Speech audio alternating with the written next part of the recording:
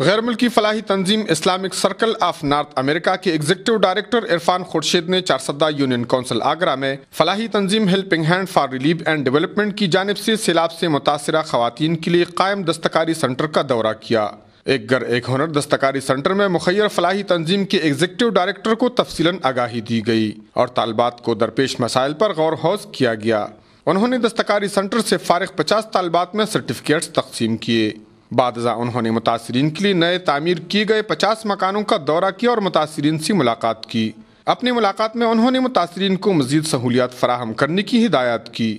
آخر میں انہوں نے تنظیم کی فیلڈ ہسپتال کا دورہ کیا، جہاں پر ان کو ہسپتال میں عام مریضوں اور زچہ بچہ سنٹر کے بارے مکمل طور پر آگاہ کیا گیا۔ انہوں نے مریضوں کے لیے مفت دوائیاں، جدید سہولیات سے آراستہ ایمبولینس اور 24 گھنٹے ڈاکٹروں کی موجودگی پر خوشی کا اظہار کرتے ہوئے کہا کہ تنظیم کی جانب سے جاری پروجیکٹ کے ذریعے عوام مستفید ہو رہے ہیں۔ انہوں نے ہیلپنگ ہینڈ کی جانب سے ایک سال میں 30,000 سے زائد مریضوں کو مفت طبی سہولیات فراہم کرنے پر فیلڈ ہسپتال کے عملے کو خراج تحسین پیش کیا۔ انہوں نے امریکہ اور کینیڈا میں مقیم مخیر حضرات کا بھی شکریہ ادا کیا، جنہوں نے سیلاب جیسی مشکل گھڑی میں متاثرین سیلاب کے ساتھ بھرپور تعاون کیا۔ کفایت اللہ، اے نیوز، چارسدہ۔